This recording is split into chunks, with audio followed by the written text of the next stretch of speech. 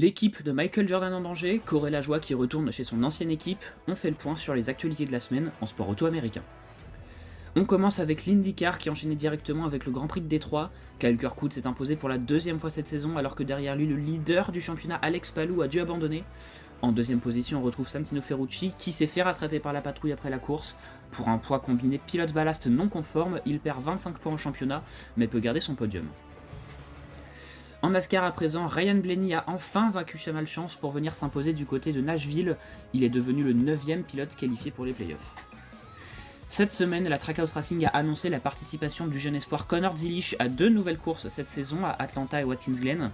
En parlant d'Atlanta d'ailleurs, le circuit a été renommé Exit Atlanta Motor Speedway Bonjour Echo Park Speedway grâce à un nouvel accord de sponsoring d'une durée de 7 ans.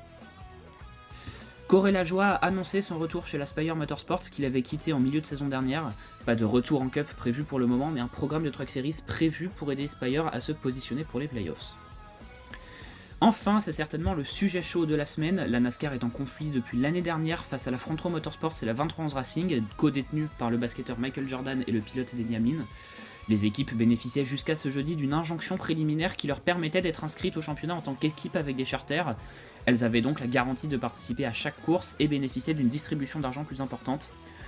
En appel ce jeudi, la NASCAR a obtenu la suppression de cette injonction préliminaire, décision qui fera effet au plus tôt dans 3 semaines. En perdant leur charter, les équipes bénéficieront d'un prize money moins important, devront se qualifier pour chaque course, mais surtout risquent de perdre leurs pilotes, Tyler Reddick et Bubba Wallace par exemple, pouvant contractuellement partir si leur équipe ne possède pas de charter.